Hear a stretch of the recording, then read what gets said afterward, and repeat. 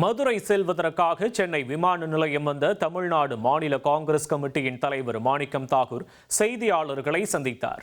அப்போது தமிழக ஆளுநர் மத்திய அமைச்சர் அமித்ஷாவின் கட்டுப்பாட்டில் இயங்குவதாகவும் தமிழக அரசுக்கு எதிராக செயல்படுவதாகவும் குற்றம் சாட்டியுள்ளார். குதிரை பேரம்ங்கிறத டெஃபினிஷனை முதல்ல தெரிஞ்சுக்கிட்டு மற்றதை பேசணும்னு நினைக்கிறேன். இவர்களை பொறுத்த மட்டும் இந்த மூன்று கட்சிகளுமே தொடர்ந்து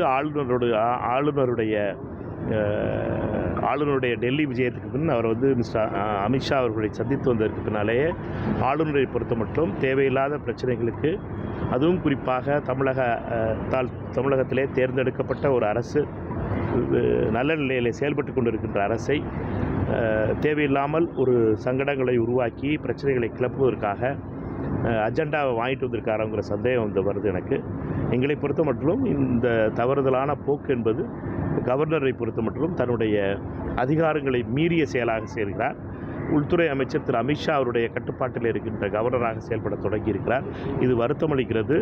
கவர்னருடைய இந்த செயல்பாடுகள் தமிழக மக்களுக்கு எதிரான ஒரு செயலாகவே நான் பார்க்கிறேன். சார், அண்ணாமலை தன்னுடைய மேடை பேச்சில் 2026 மாற்றம் மாதிரி 2031 மாற்றம் வரும், அப்போ ஆட்சி பிடிக்குங்கிற மாதிரி ஒரு நம்பிக்கை தெரிவிச்சிருக்காரு.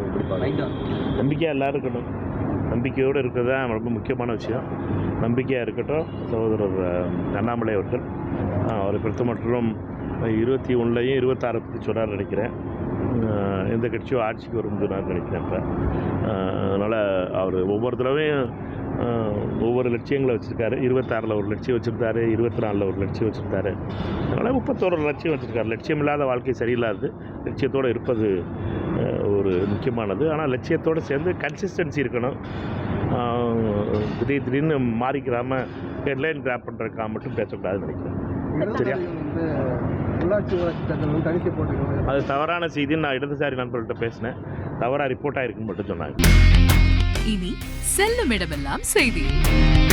தந்தை டிவியின் வாட்ஸ்அப் சேனலை ஃபாலோ பண்ணினா செல்ல இருக்கும் இடமெல்லாம் செய்தி.